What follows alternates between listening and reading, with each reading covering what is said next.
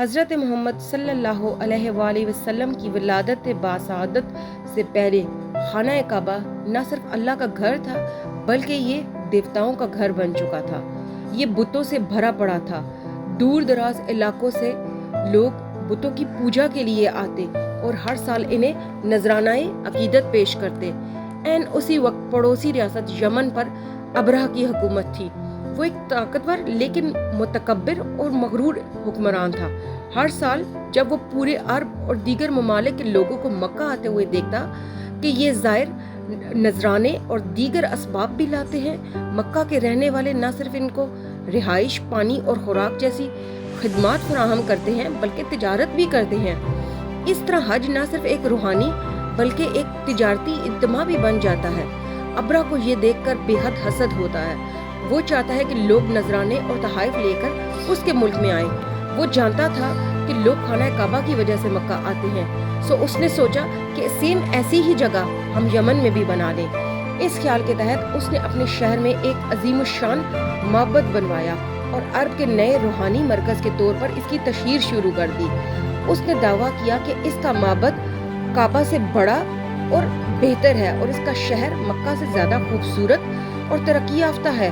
اس نے تجارت کی خواہش رکھنے والوں کے لیے بہت سارے مواقع فراہم کرنے کا وعدہ بھی کیا، غرض کہ اس نے لوگوں کو اپنی طرف متوجہ کرنے کی پوری کوشش کی، لیکن لوگ تجارت کے بہتر موقع یا سہولیات کے لیے کعبہ میں نہیں آتے تھے۔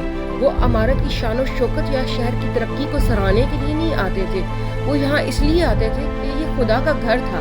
بے شک وہ اپنے رب کے راستے سے بھٹک چکے تھے، مگر اب بھی کعبہ کی نہایت عزت و تکریم کرتے تھے۔ ابرہ کے معبد میں کوئی نہ آیا، بلکہ لوگ اس کے دعوے سن کر بھڑک گئے۔ قریش سے تعلق رکھنے والا ایک آدمی یمن گیا، معبد پر گندگی ملی اور بھاگ گیا۔ اس پر ابرہ طیش میں آ گیا۔ اس نے فیصلہ کیا کہ مکہ پر حملہ کرے اور خانہ کعبہ کو تباہ کر دے گا۔ اس نے ایک وسیع فوج اکٹھی کی اور مکہ کی طرف پیش قدمی کرنے لگا۔ یہ واقعہ اسی سال پیش آیا جس میں نبی کریم صلی اللہ علیہ وسلم کی پیدائش ہوئی۔ ابرہ کی فوج کا بڑا حصہ ہاتھیوں پر مشتمل تھا۔ راستے میں کئی عرب قبائل نے اسے روکنے کی کوشش کی، مگر کوئی فوج اور اس کے ساتھیوں کی قوت کے سامنے نہ ٹھہر سکا۔ اس وقت نبی کریم صلی اللہ علیہ وسلم کے دادا حضرت عبد المطلب خانہ کعبہ کے متولی تھے۔ جب آپ نے حملے کے بارے میں سنا تو آپ نے لوگوں کو مشورہ دیا کہ وہ ٹھہر کر مقابلہ کرنے کے بجائے پہاڑیوں میں پناہ لے لیں۔ ان کا پختہ یقین تھا کہ اللہ اپنے گھر کی حفاظت خود کرے گا۔ یہی بات انہوں نے ابرہ سے بھی کہی کہ سب کچھ خدا کے ذمہ ہے، وہ خود اپنے گھر کا رکھوالا ہے۔ جب وہ اس سے اپنے اونٹوں کی واپسی کے لیے بات چیت کرنے گئے تو جو ابرہ کی فوج پکڑ کر لے گئی تھی، لوگ شہر سے نکل گئے۔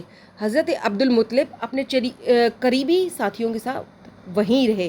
ابرہ کی فوج مکہ کی طرف بڑھی۔ جب ابرہ کا ہاتھی مکہ کی سرحد پر پہنچا تو دھپ سے بیٹھ گیا اور ذرہ برابر جنبش کرنے سے بھی انکار کر دیا۔ مہاوت نے پوری کوشش کی مگر ہاتھی اپنی جگہ سے سرکا بھی نہیں۔ اس وقت ابابیلوں کا ایک جھنڈ نمودار ہوا۔ ان کی چونچوں اور پنجوں میں مسور کی دال کے دانوں کے برابر کنکر دبے ہوئے تھے۔ ابابیلوں نے ابرہ کی فوج پر ان کنکروں کی برسات کر دی۔ جس کسی کو بھی یہ پتھر لگا وہ اسی وقت یا تھوڑی دیر بعد ہلاک ہو گیا۔ ابرہ یمن کی طرف بھاگا لیکن اللہ کے بمباروں کے ہاتھوں بری طرح گھائل ہو گیا۔ اپنی سلطنت میں پہنچنے سے پہلے اس کی جان نکل گئی۔ ابرہ کی موت ایک تنبیہ ہے کہ جو لوگ اللہ کے سامنے سرکشی دکھاتے ہیں، اذیت ناک زندگی اور ذلت آمیز موت ان کے مقدر میں لکھ دی جاتی ہے۔ جب اللہ آپ کو سبق سکھانے کا فیصلہ کر لے تو کوئی آپ کو نہیں بچا سکتا، چاہے آپ کتنے ہی طاقتور اور بہترین حکمران کیوں نہ ہوں اور آپ کی فوج کتنی ہی بڑی کیوں نہ ہو۔